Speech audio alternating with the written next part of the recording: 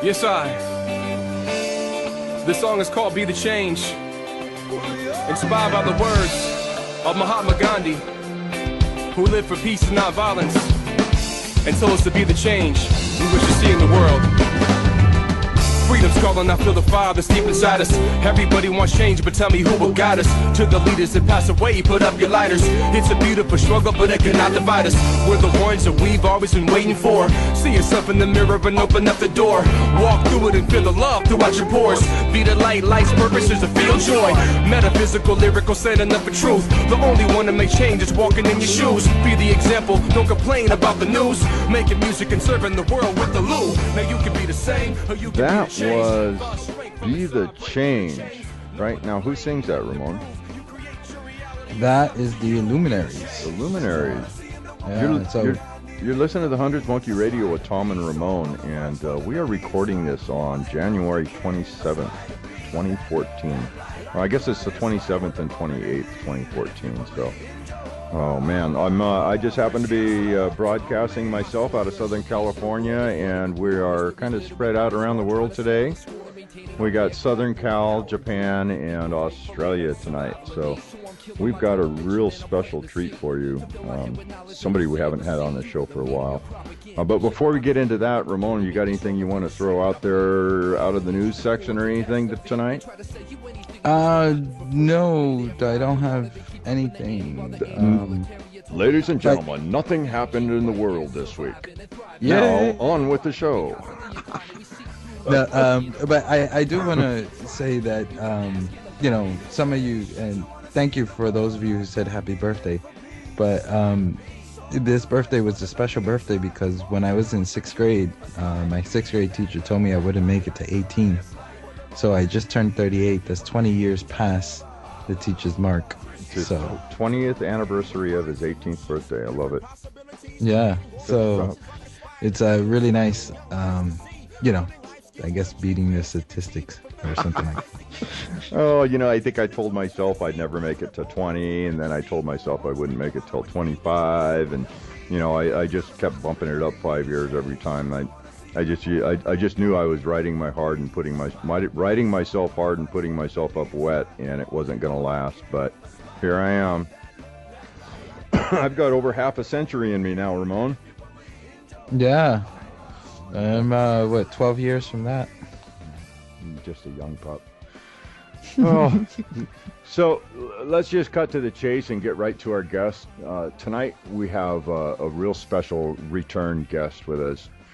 We've got somebody who has been a big part of my life and the way I've been able to look at things in this world from a little bit different perspective, and he's helped me to break down some of those barriers and to actually just tweak that vision a little bit and really open my mind quite a bit more. So we want to welcome George Kavassilas back to the show.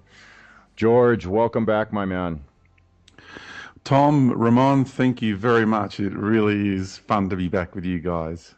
And it's been, I think the last time we had you on was that 5D show we did back at the end of 2012, wasn't it? Yeah, it was. It was really that long ago? Wow. Yeah, it's been a while.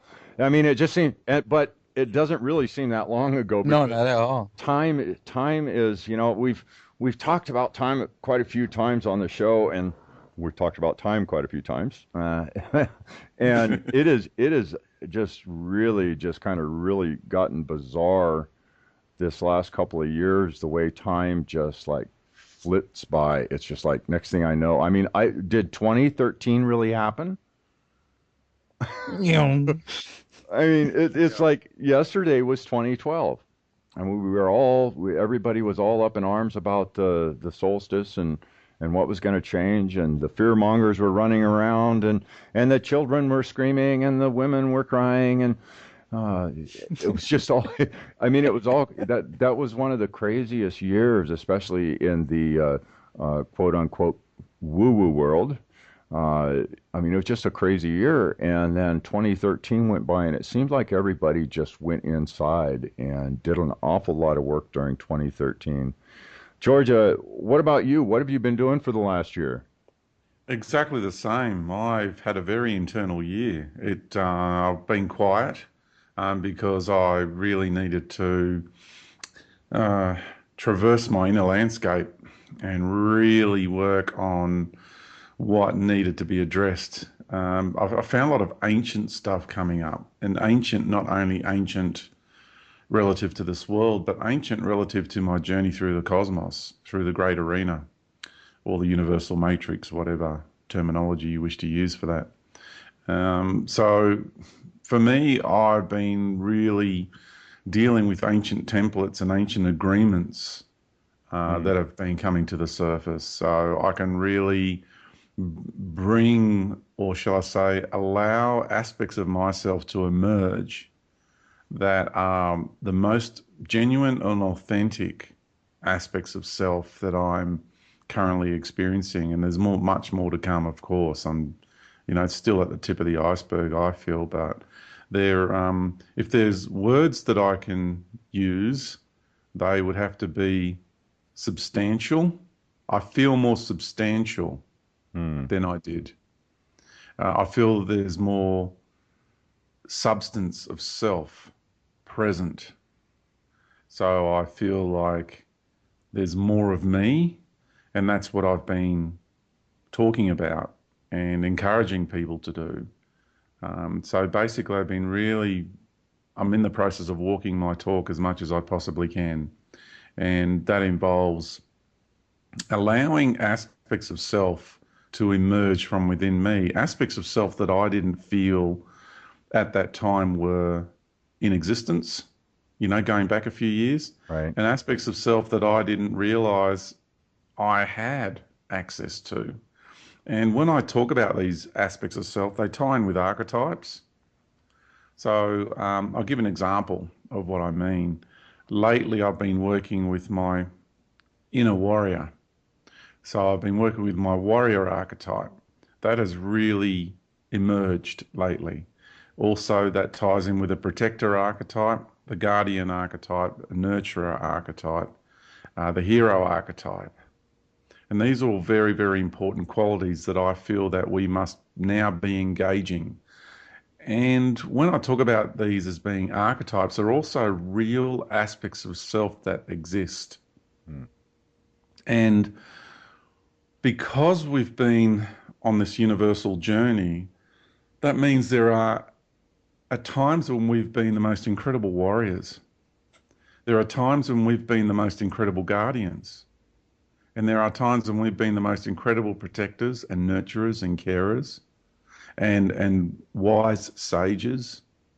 And so all these archetypes, all these aspects of self, which I somehow knew were kind of there and ideologically thought about them and maybe held them as intellectual concepts of dreams of maybe possibly one day having to have a taste of, and now really coming to the fore. They are emerging from within because they are me. So I feel that throughout our lives there's been stages when we looked at somebody do something and you go, oh, I can do that. And then you go to do it and you can't actually do it. Right. Nowhere near as good as that person did it. But you knew somewhere on some deep level that you were capable of achieving that. It's like a lot of people know they can fly, but we can't fly. But we know we're supposed to be able to. Well, that's because there's a part of us that can. And that's just using an example. So what is occurring is the integration of self. So when I talk about us having fragmented throughout the universe, and I'm not going to go into my whole model here because I've gone over it so many times. People really need to look at the material.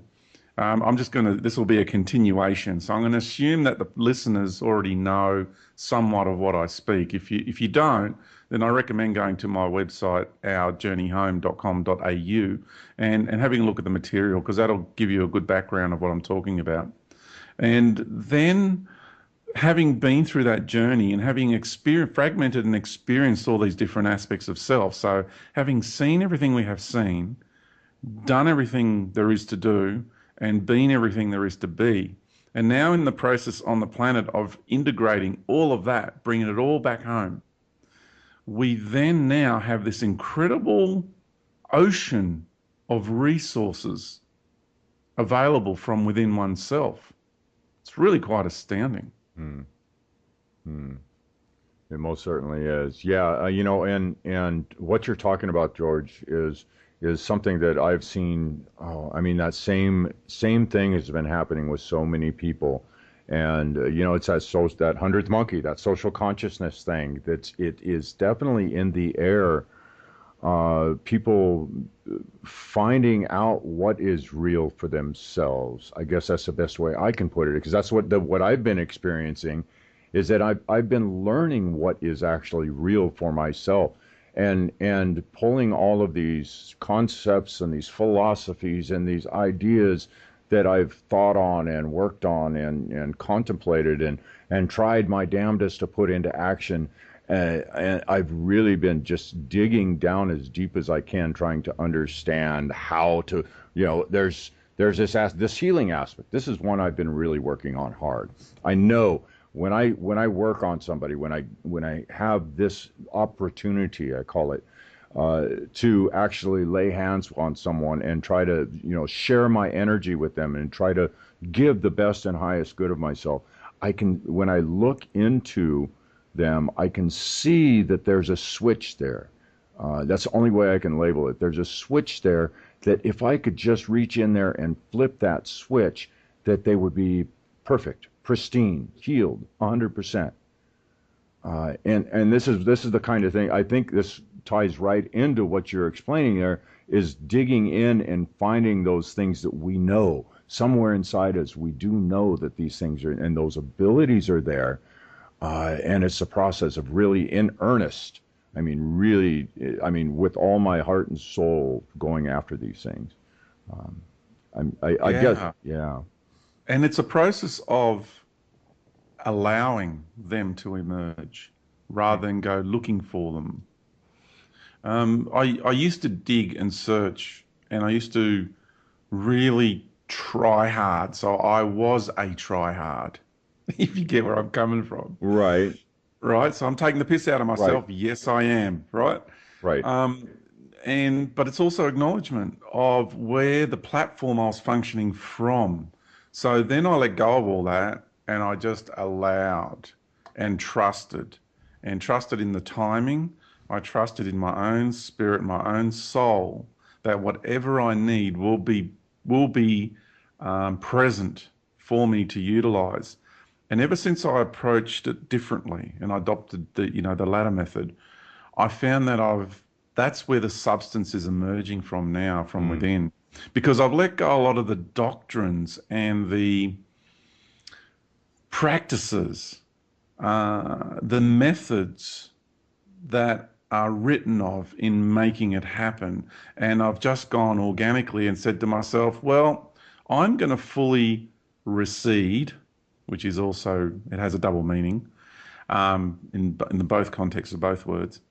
And I'm going to allow myself to basically, Big George, if you want to put it that way, is going to run the show from now on. And little George just has to accept and integrate, basically.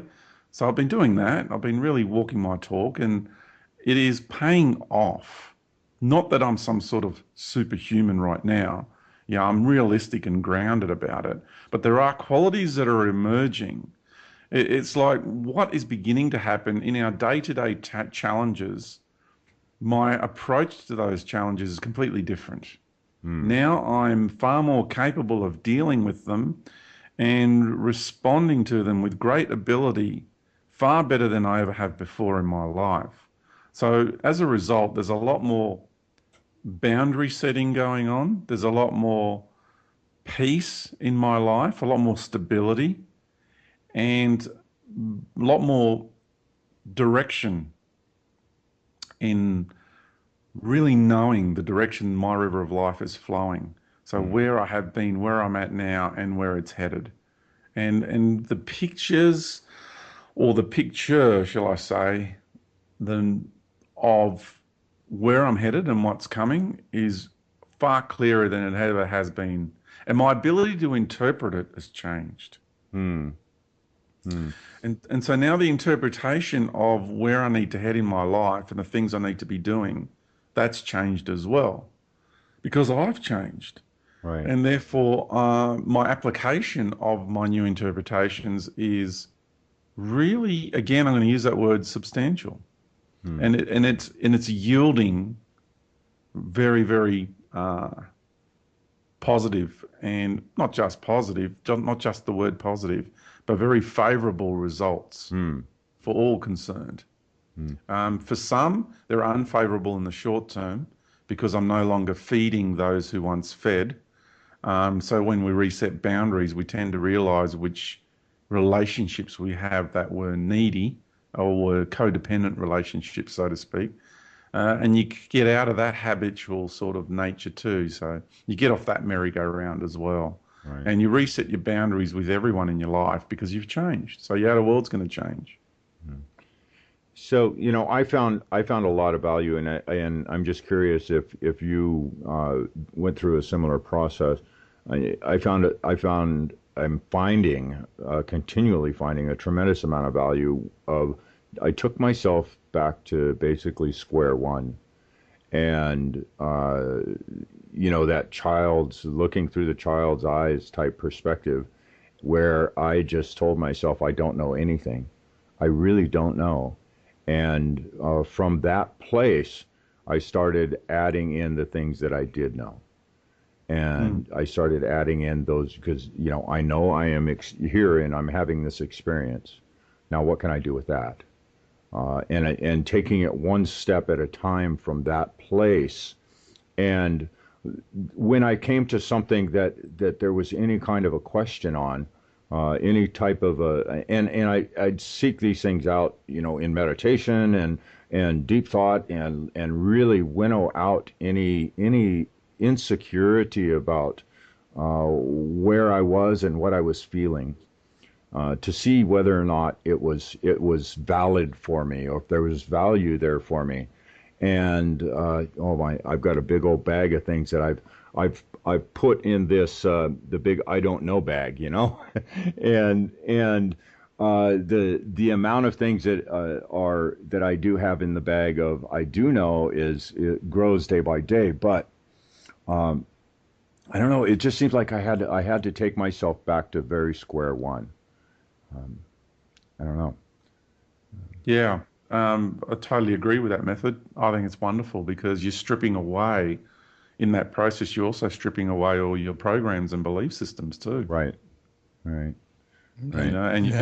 you're adding back all those concepts, or shall I say, modus operandi or modes of operation that you feel now are worthy of holding on to and continuing to function from, and letting go of all the ones that you feel are no longer applicable in your life. Right. I was gonna say the same topic, but a little different, is the father figure.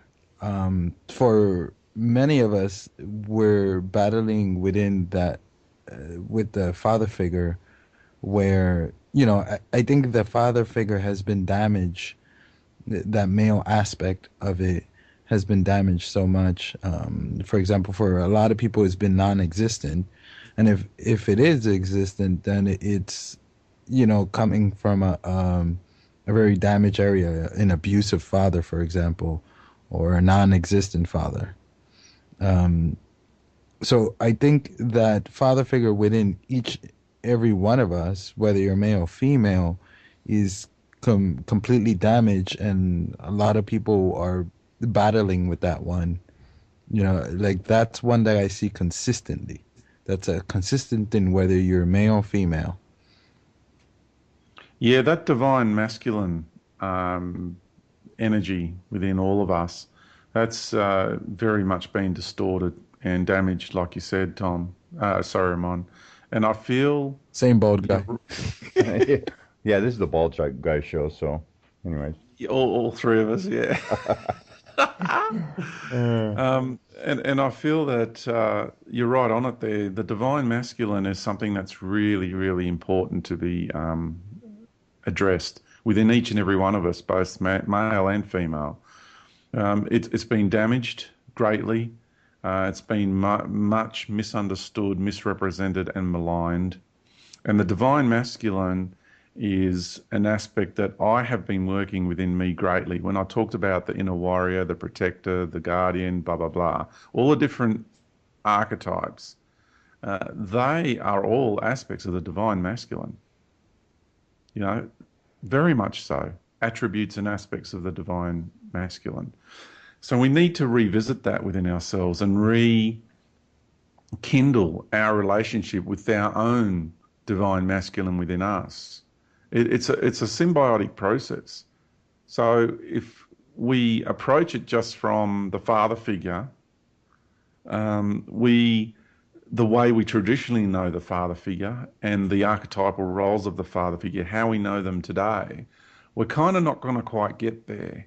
We need to go beyond the traditional father figure and go back into the more deeper understanding of the divine masculine and the roles that it plays. We all have this capacity within us to play that role, man and woman. I mean, you see single mums adopting the role of protector and provider and and all these other roles that are attributes of the divine masculine.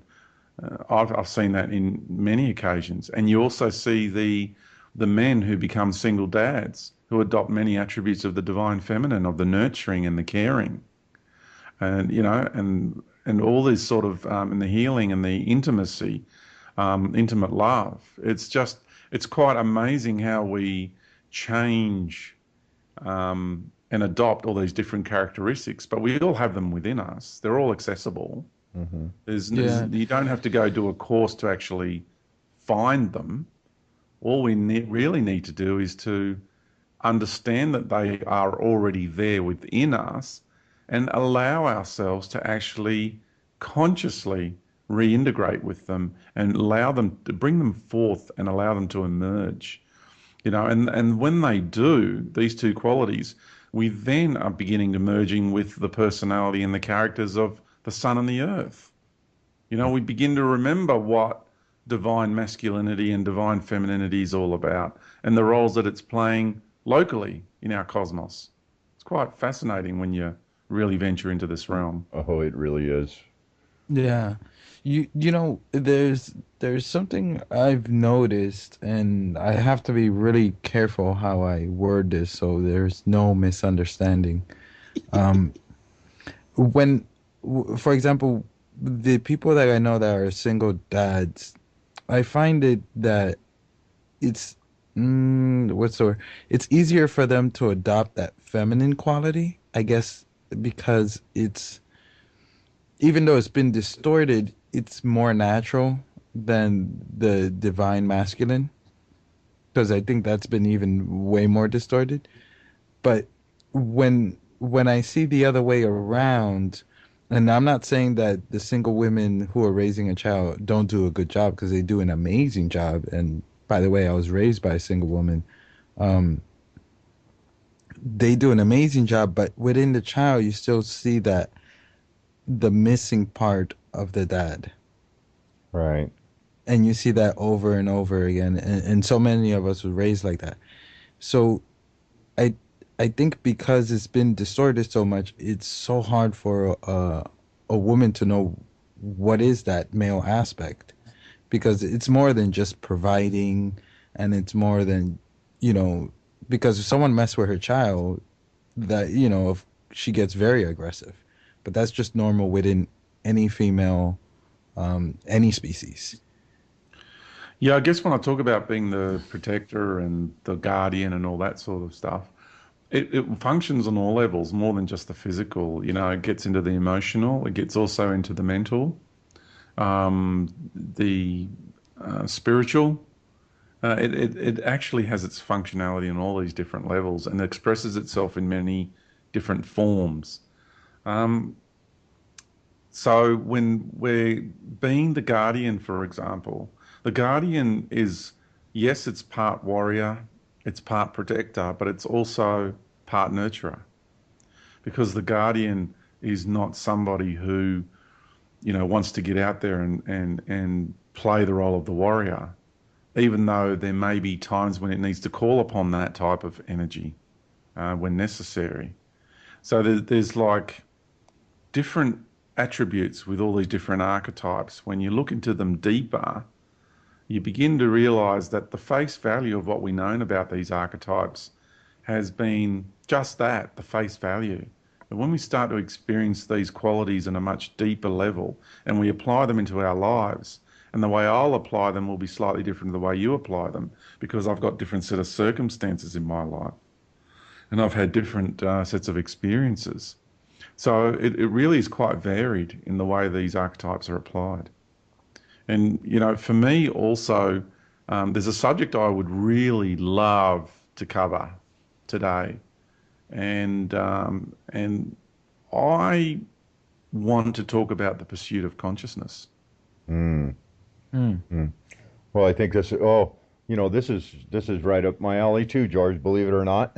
And along with all the work that I've been doing here this year is being extremely conscious about my presence and my expression in the world, and refining what I project. You know, because I've come to realize that all these things that everybody's been saying throughout all the ages, you know, what you put out comes back, and it for some reason this last year, all this seeking that I've done, all this work that I've done inside, it's boiled down to just that. It's you know, what I put out into the world, and it all has to do with how conscious how conscious I am in my body. So go ahead, Georgia, flesh this out. Your pursuit of consciousness. Yeah, because I guess we need to ask the question, what is consciousness? Hmm. What is the stuff that consciousness is made out of? Where does it reside? Where does it come from? Is consciousness all there is? Do we exist beyond consciousness? Hmm. You know, these are very important questions to be asking oneself. Because when I look around and I look at what I have been experiencing lately and things I've been talking about, and then I look also about all the New Age luminaries, what they're discussing, the ideas, the concepts that are being propagated out there. There seems to be this massive push that it's all about consciousness and it's all about attaining a higher level of consciousness. I find that absolutely fascinating, this subject right now. And, you know, I've had some really good private discussions with a friend of mine, and we've been bouncing ideas off each other. And, you know, this guy is a really, really wise person, very wise person. And I've been talking about consciousness, but in another context. I've come to realize what consciousness is, see? And I'm able to distinguish the difference between my consciousness and my soul. Right? Oh, there's a distinction between the two. Absolutely. Absolutely there is. Whereas before I was caught in the fog of the propaganda and I couldn't distinguish between the two. I was languaging my expression because I was beginning to, and I was calling it something else. You see, here I live on the earth, and here we have imposed upon the natural order of things what we call the matrix. So we have the earthly matrix. And my personality of George, that was the aspect of me fully engaged in that matrix, and partly still is. George is still here, but just not, it's not all George. Now it's George is part of the show here. George has had to surrender to the greater being, becoming more present in this body. Then what I came to realize was that my mind of George, and the mind, you got the brain, and then you got the software of that brain, which is the mind. The mind is the software of the biological computer we call the brain. And my personality of George, in other words, my ego, my identity, in that respect, resides in the mind. That's the environment that is facilitating the existence of my ego.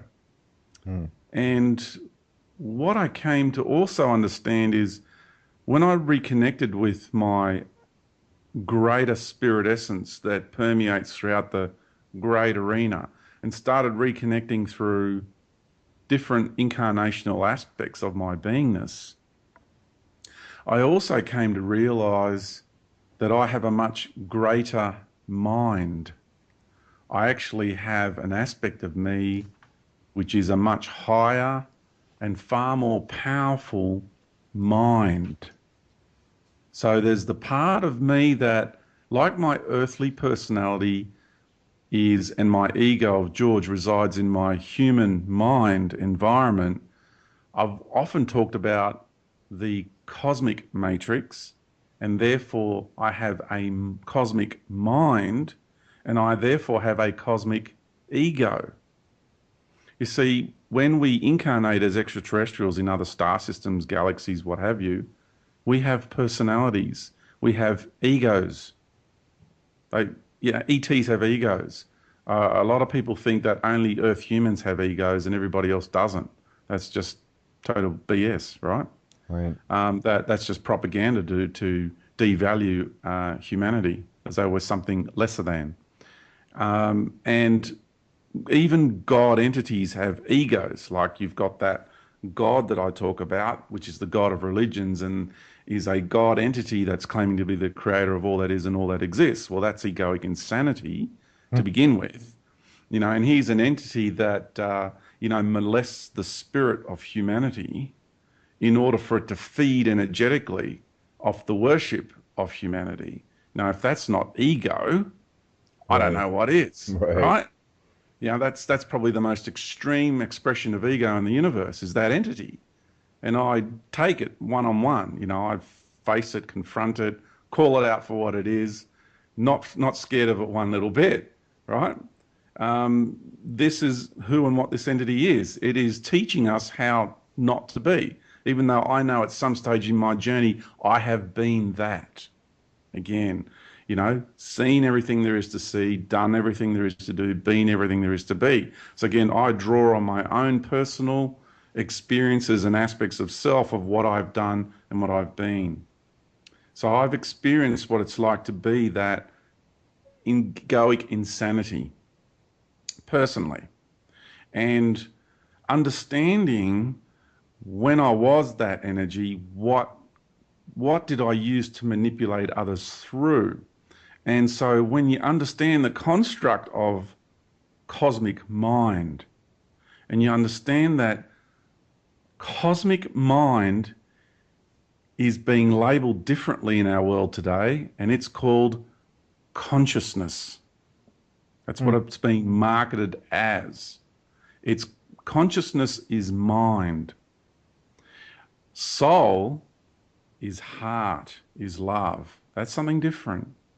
When you access knowledge of life through your heart and your soul, of pure, unadulterated, sanctified, organic, natural love, unconditional love, just pure love, nothing else, then the knowledge you access through that is knowledge, wisdom, grace, power, strength, everything you could possibly want, or not even want, everything that you could possibly be in that single expression, that's what it is. That is your true, if you want to put it, third eye, or your eye of creation. That's where the real substance resides within you. Now, if you're going to access higher versions of so-called enlightenment, which is the program at the moment, that we must attain a higher level of consciousness. That's the program. That's the running program on the planet. We must attain a high level of consciousness, which we must seek that, we must strive for that, because we're dumb, we really don't know anything, is the going program, and that all these other entities like angels and ascended masters and advanced extraterrestrial civilizations, they are so much smarter and better and closer to God and all that other BS propaganda that's been promoted out there. Now, I fell for that in this journey, in this life, and I've woken up. I woke up out of that trance. I ended that trance. I have transcended, ended the trance, transcended the striving for higher consciousness. See? Because they all talk about bringing in the higher vibration of life, the higher vibration, because down here, we're something very low, according to them. Yeah? We're low. We're at the bottom. We're just children, according to them. Bullshit. I don't know if I can say that, but that is the biggest load of BS. I've always said that, and I'll continue to say it. We are the way showers in the universe. Anyone understands my model of the universe? And it's not just my model, it's just the way I'm presenting it. But reality is what it is, and I'm finding a way to voice that in this world. Okay? Now, when we have engaged on this road to compression, entering this galaxy, entering this solar system, onto the planet, into these bodies, which are all steps of fractals, one fractal after another, and here we're in the final arena, the internal arena, where we bring it all home. We bring it all together, all our fragmented aspects are the eye of the needle. We're taking everything that we've been, seen and done, and we're bringing it home into oneness, into this integrated expression. Then you realize that you need to bring home not only all of your higher vibrational aspects, but all of your so-called lower vibrational aspects, all of your positivity, all of your negativity, all of your good, all of your bad, all of your magnificent, all of your ugly, and everything in between, all of you. That's what I'm interested in doing. I'm interested in bringing all of me back here, integrating the whole lot, and being everything that I am here in this world, not leaving any of it out. If I focus on just striving for a higher vibrational mind field energy, then I'm falling for that trap. And I'm leaving huge amounts of self out. And I will continue to perpetuate an internal division within my own beingness.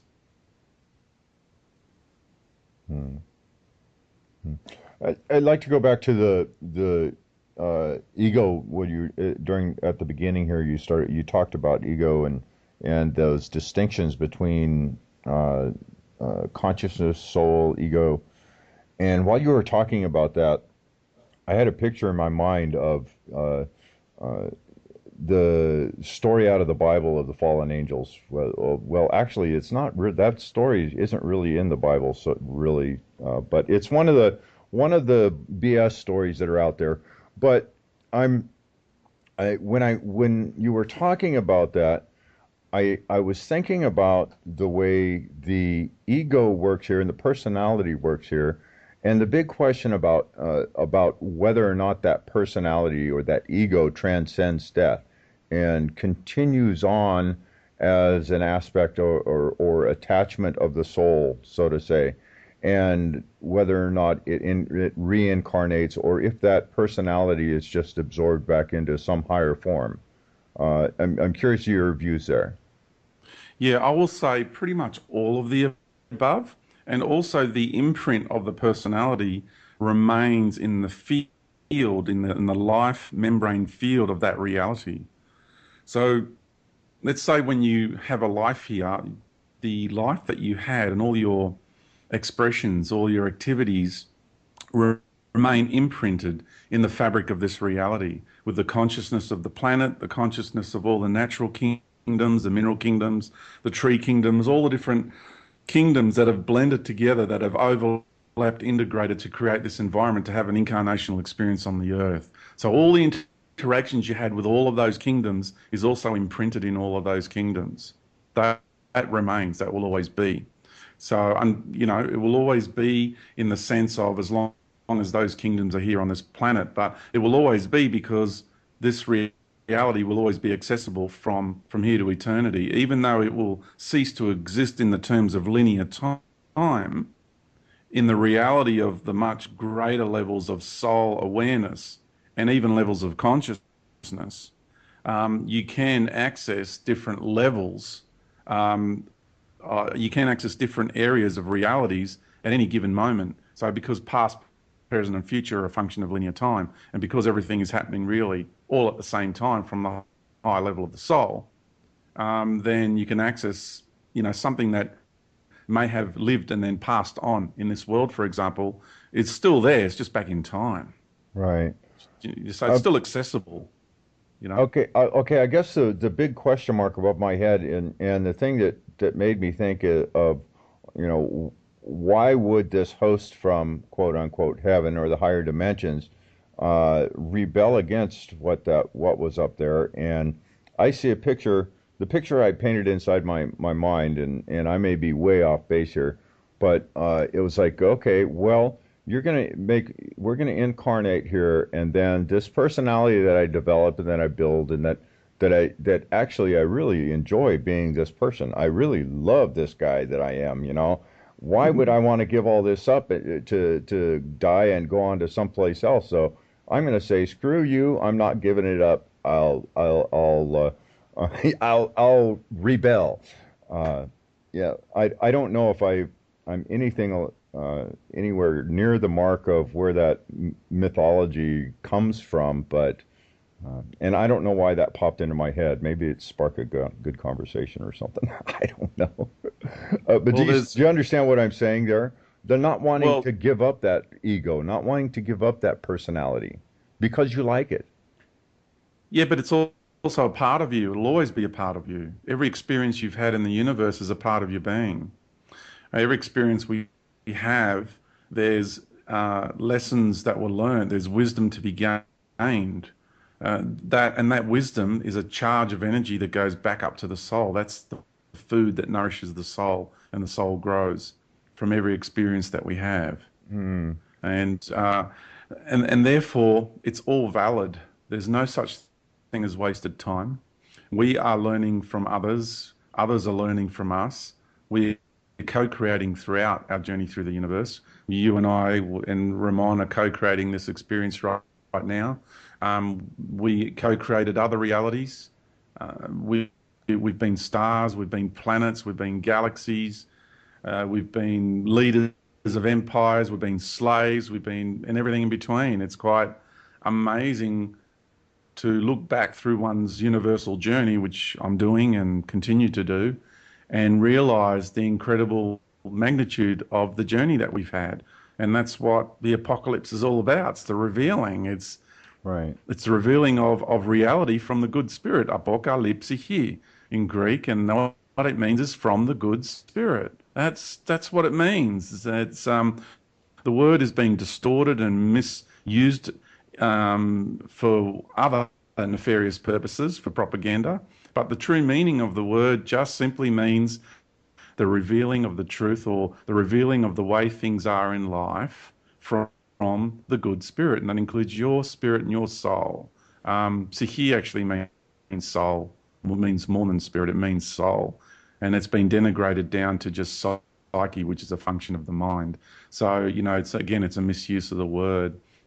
So understanding the magnitude of what these words truly mean, then you can, let go of falling victim to the way other people are misusing these words. When someone says, "Oh, it's apocalyptic times," and you put such a negative connotation on the word.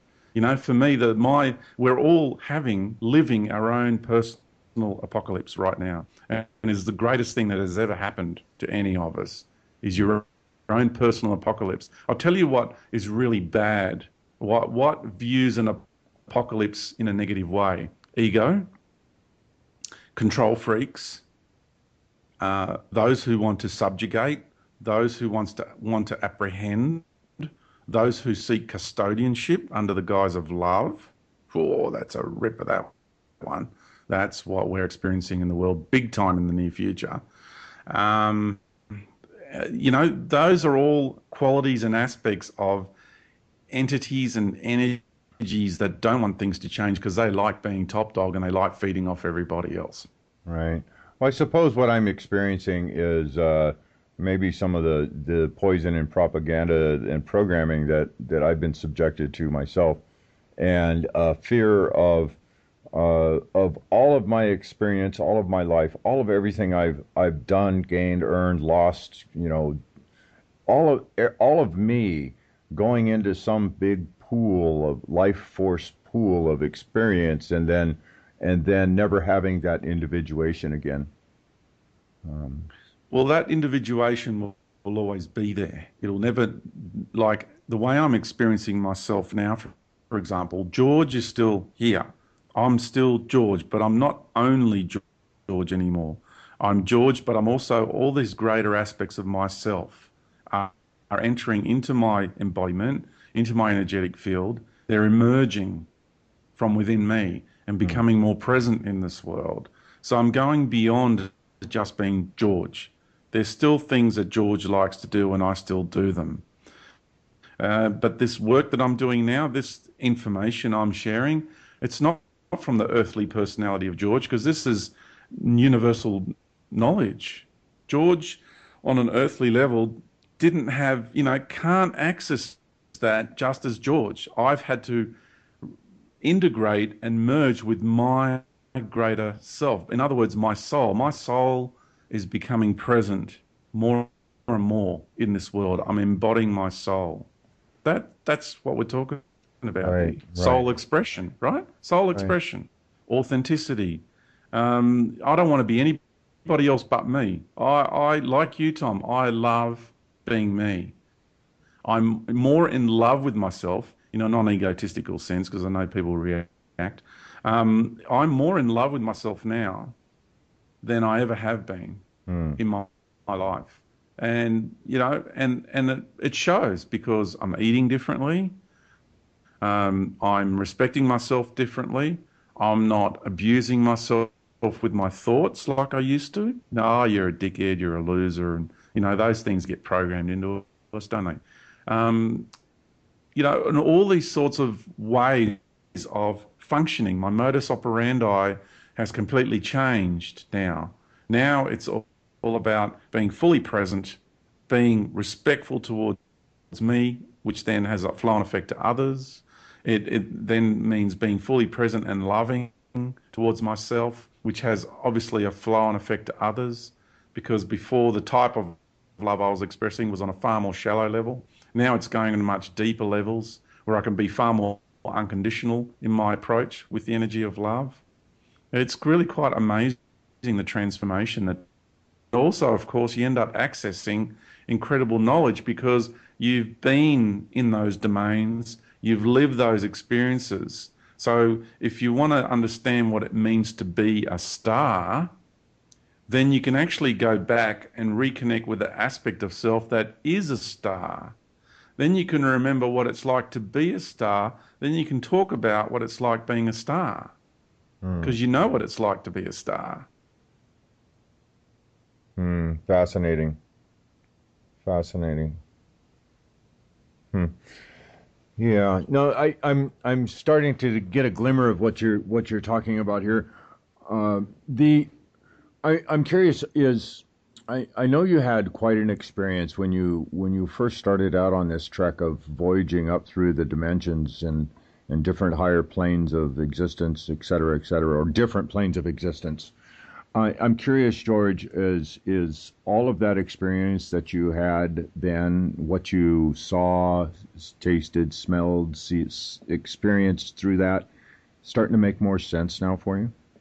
Far more sense because now the way I can interpret that energy, the energy of it, and the wisdom of it, I can now find a better way to verbalize it than I ever have because before the way I was decoding it too.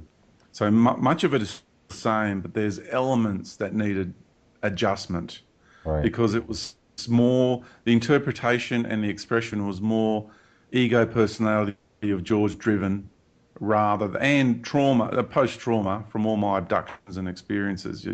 We really must be realistic and take into the equation just how much trauma I've experienced in this life with all my tortures and all my abductions, right? There's far more than the average person, I can assure you that. So there was pain that was acting as a filter as well.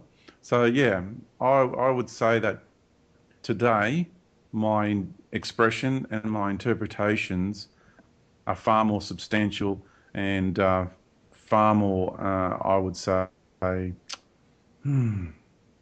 valid Hmm.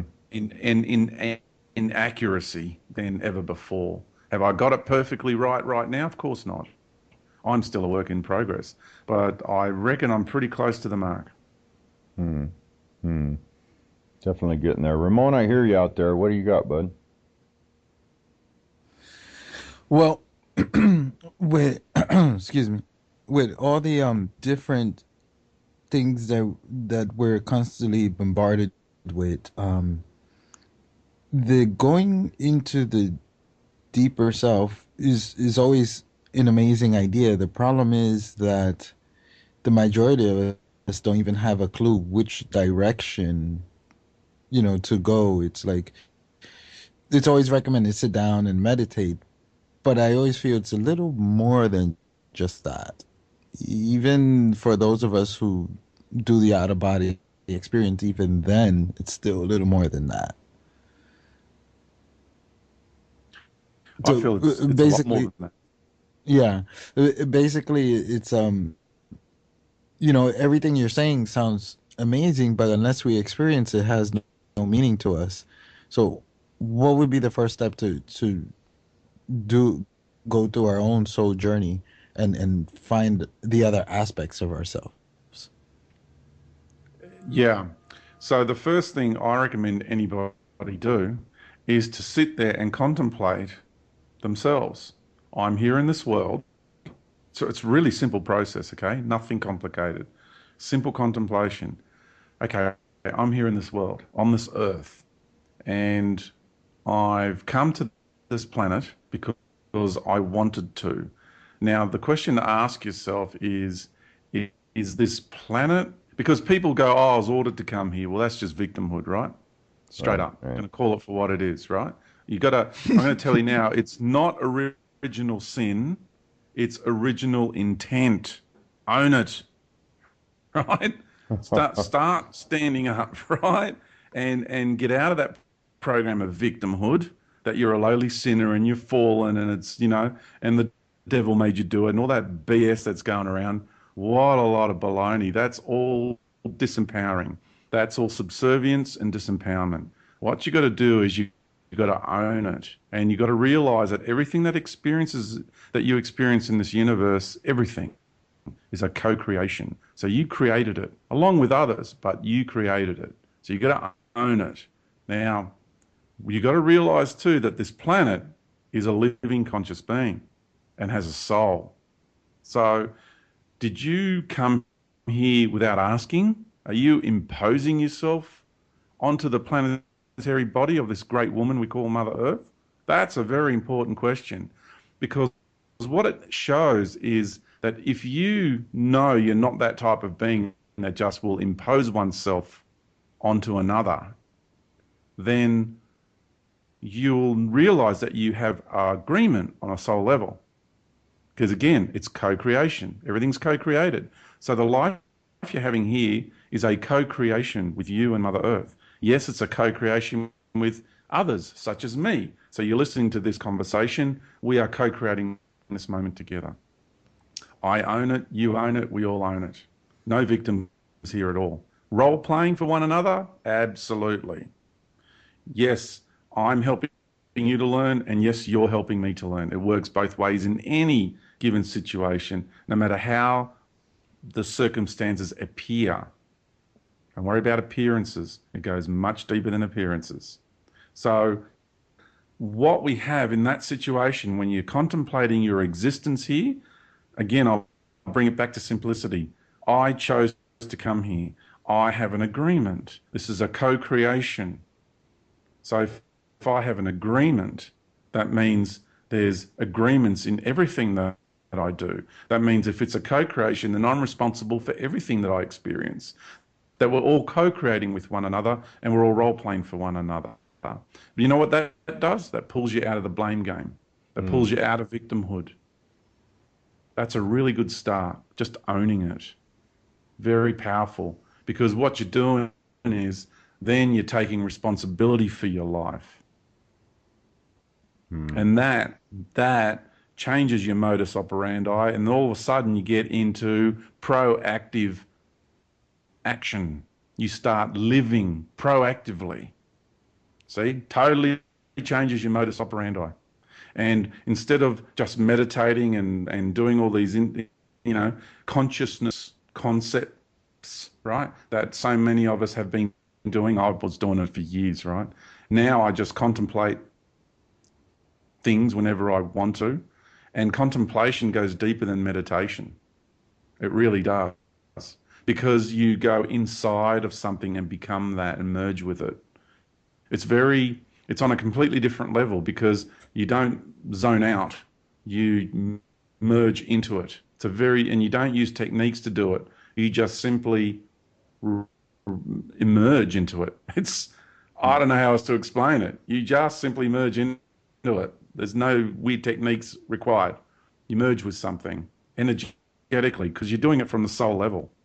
So you then understand what it means to be that because you become that. I'll give you an example. When I'm doing a private session, for example, I merge into the person because Tom and Ramon, you guys are inside of me. I am inside of you. You see, on the soul level is where we are all one and equal with one another. And when you use consciousness, you're still looking at it from the cosmic mind. So it's still, cosmically speaking now, it's different to earth mind, but it'll seem like it's not mind energy relative to what we have here until you have your point of reference with soul, of course. But when you are just going into that mind energy, you are still holding something in an intellectual concept. You're still talking about intelligence and intellectual rather than heart, soul, love, and beingness. So these are different levels of energy.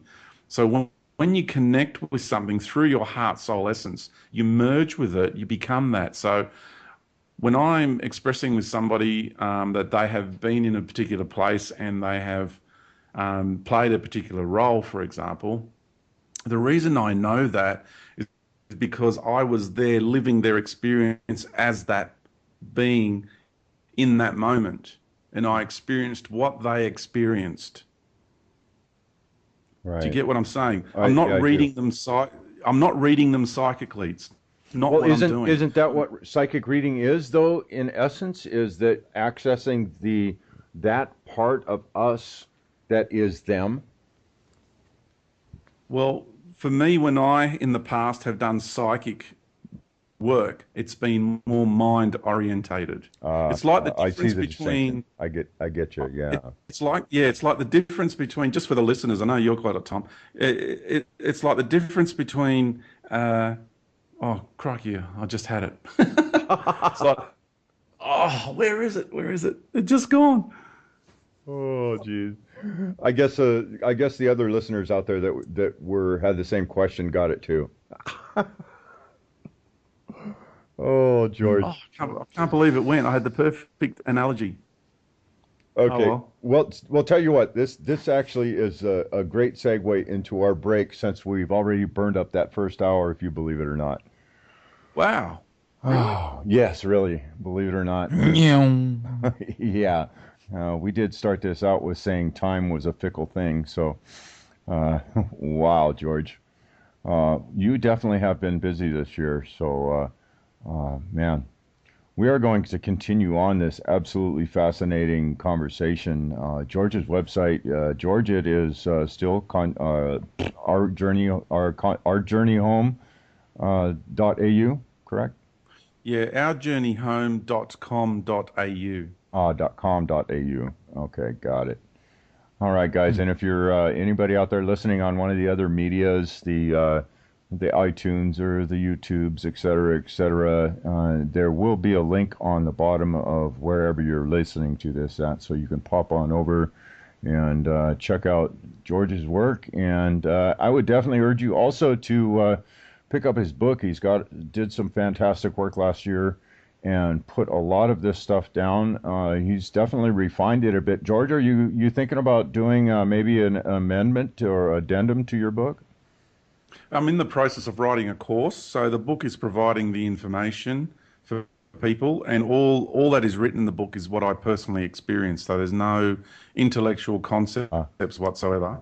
And the course is the tools, some tools, very basic stuff on how to actually literally address our situation of being in the cosmic matrix and actually exiting the cosmic matrix. And it's all about responsibility and owning it. Good stuff. Good stuff. All right. So, Ramon, what was that music that's taking us out right now? Before we do that, for those of you who are not member, this is a good time to become a member. We have the lifetime membership. Just send us an email. It's not expensive at all. It's about the cost of 2 years. And those of you who are members, we have a deal for you as well. So send us an email at info@the100thmonkeyradio.com, and we'll hook you guys up. And for those of you who just want to listen to this show, you can click on to listen to a single show or monthly show, or whatever one you like. Thank you for your support. Awesome. And the music taking us out is The Illuminaries. Be the change. Be the change. Condemnation without investigation is the height of ignorance. The love you deny is the pain you carry. And we're going to continue this in the second hour. Namaste, my To be friend. the change we wish to see in the world. Freedom's calling, I feel the fire that's deep inside us. Everybody wants change, but tell me who will guide us. To the leaders that pass away, put up your lighters. It's a beautiful struggle, but it cannot divide us. We're the ones that we've always been waiting for. See yourself in the mirror and open up the door. Walk through it and feel the love throughout your pores. Be the light, life's purpose is to feel joy. Metaphysical, lyrical, standing up for truth. The only one that makes change is walking in your shoes. Be the example, don't complain about the news. Making music and serving the world with the loo. Now you can be the same, or you can be the change. Find strength from inside, break through the chains. No one to blame, nothing to prove. You create your reality, it's up to you. Be the change that you wanna see in the world. Like Gandhi live for peace, aspire to be someone who fights for the beliefs. Like Martin Luther King, aspire to be that Lord, that light, like Christ, light for the moment in need. And if you believe in Jehovah, Allah, Buddha, Krishna, it's up to me. My soul yearns for peace in a world that's flooded with war. History's littered with body scar, trying to settle the score and maintain an archaic platform of power and greed. People fight for land out of survival and need. So I'm killing my television and I'm planting a seed to fill my head with knowledge that I'm seeing recede. Due to the media propaganda, killing my creed. Know what don't kill me make me stronger, feeling straight when I bleed. fighting for interest and forward to attach the feet. They try to sell you anything in this world, nothing for free. Land, air, fire, and water, they keep up in the ante, while the anti-proletariat told the powers that be. But we keep fighting, surviving and thriving, recycling and rhyming. We constantly inclining, we see through the lying and prying. They tactically keep trying to keep you from asking the why. The change that you wanna see in the world, like Gandhi live for peace. Aspire to be Someone who fights for the beliefs, like Martin Luther King. Aspire to be that love, that light, like Christ, this light for the moment in need. And if you believe in Jehovah, Allah, Buddha, Krishna, it's love to me. We find solutions, different possibilities, creating organizations like Aspire to Be, inspiring young minds to see, building life skills, nurturing creativity, fulfilling the youth's basic needs, listening actively, teaching the tools to succeed, positive role models, we plant the seed, the roots drink the water which feed the trees, someone help me, giving back is my responsibility. Be the change that you wanna see in the world, like Gandhi live for peace. Aspire to be someone who fights for the beliefs, like Martin Luther King. Aspire to be that love, that light, like Christ, this light for the moment in need. And if you believe in Jehovah, Allah, Buddha, Krishna, it's love to me.